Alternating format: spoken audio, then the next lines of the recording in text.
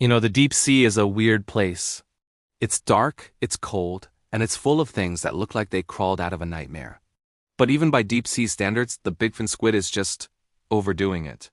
It's like the ocean looked at all the other squids and thought, nah, let's make something truly bizarre. So, let's talk about a normal squid for a second. Picture it. You've got a streamlined body, big eyes, 8 shorter arms, and 2 long, specialized tentacles for grabbing prey. It makes sense, right? It's a design that's worked for millions of years. Well, the Bigfin squid saw that rulebook, tore it up, and threw it into a hydrothermal vent. It decided that having different sized limbs was way too mainstream. Instead, it made all 10 of its appendages identical. And when I say identical, I mean identically long, spindly, and unsettling. These aren't just tentacles. They're like 20-foot-long strands of pure biological nope. Imagine dangling 10 pieces of spaghetti, each the length of a giraffe, from your body. That's the Bigfin squid's reality. And it gets weirder. These limbs have what scientists can only describe as elbows. Yes, elbows. They bend at a sharp, unnatural angle, making the squid look less like an animal and more like a piece of surrealist, underwater furniture. It's just hanging there, motionless, with its creepy, jointed tendrils trailing below it. Now, where does this creature of the abyss decide to live? Not in the cozy, sunlit upper layers of the ocean. Oh no. That's for the basic fish. The Bigfin squid prefers the crushing pressure and eternal darkness of the bathyal and abyssal zones. We're talking depths of up to 15,000 feet, or nearly 3 miles down. To put that in perspective, that's deeper than the Grand Canyon is long. It's the basement of the world, a place where the sun has never, ever shone. The pressure down there is immense, over 400 times what we experience at the surface. It's a hostile environment where few creatures can survive, but the Bigfin squid calls it home. So you might be thinking, alright, it's a weird-looking squid that lives really deep, but it must be a fearsome hunter, right? With those 20-foot arms? Wrong again. The Bigfin squid is quite possibly the laziest, most passive-aggressive hunter in the entire ocean. It doesn't actively hunt. It doesn't chase its prey. It doesn't even really move. It just drifts.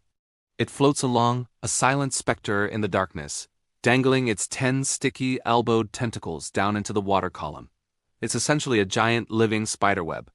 It sets its trap and just waits. It's hoping that some poor, unsuspecting fish, shrimp, or other small creature will accidentally bump into one of its tendrils. The tentacles are covered in microscopic suckers, so anything that touches them is likely to get stuck. It's the ultimate low-effort hunting strategy. Why waste energy swimming when you can just let dinner deliver itself? It's the deep-sea equivalent of ordering food delivery and just leaving your front door open, hoping the delivery driver trips and falls into your living room. And here's the kicker. We don't even know how they eat. Seriously, in all the times we've managed to film these elusive creatures, we have never once seen one capture or consume prey. We have no idea how it gets the food from its super long tentacle all the way up to its mouth. Does it reel the tentacle in like a fishing line? Does it curl the whole thing up? Does it just slurp the food up the tentacle like a noodle? We don't know. The squid isn't talking. All we see is them hanging there motionless, their ghostly forms illuminated by the lights of our submersibles. They just stare back, as if judging the scientists who spent millions of dollars just to come down and look at them. The first time a Bigfin squid was caught on camera, scientists were baffled. They had seen specimens before, caught in nets, but they were mangled. Seeing a live one in its natural habitat was a game-changer. It looked like something a Hollywood concept artist would sketch for a sci-fi movie, only to have the director reject it for being too unrealistic or biologically implausible. But they are very, very real. They are out there right now, thousands of them, floating silently in the crushing blackness of the deep ocean. They honestly look like haunted coat hangers. Or maybe a forgotten marionette whose strings were cut. Their movements are slow, graceful, and utterly eerie. When a remotely operated vehicle, an ROV, approaches, they don't dart away in fear. They just slowly, deliberately drift away, their long limbs trailing behind them like the tattered robes of a ghost. It's a chilling sight, a reminder of how little we truly know about our own planet. Everything we know about them comes from a handful of brief, fleeting encounters.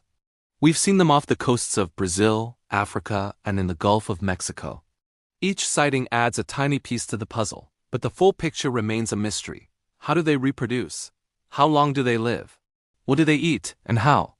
These are all questions that remain unanswered. The Bigfin squid holds its secrets close, hidden in the one place on Earth that's harder for us to explore than the surface of the moon. So is this all 100% factual? Well, ish.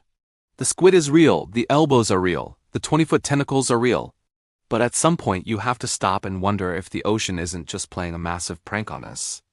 It feels like Mother Nature had a bit of a weird day, decided to get creative and sketched out the Bigfin squid on a cosmic napkin. It's a creature that defies our expectations of what a living thing should look like. It's a testament to the incredible and sometimes terrifying diversity of life in the deepest, darkest corners of our world. These creatures are a perfect example of why the ocean is the last true frontier on Earth. They are a haunting, beautiful, and utterly perplexing part of our planet's story. Thanks for watching. For more videos on bizarre creatures that probably shouldn't exist but absolutely do, make sure to subscribe to the channel. You never know what we'll find lurking in the dark next.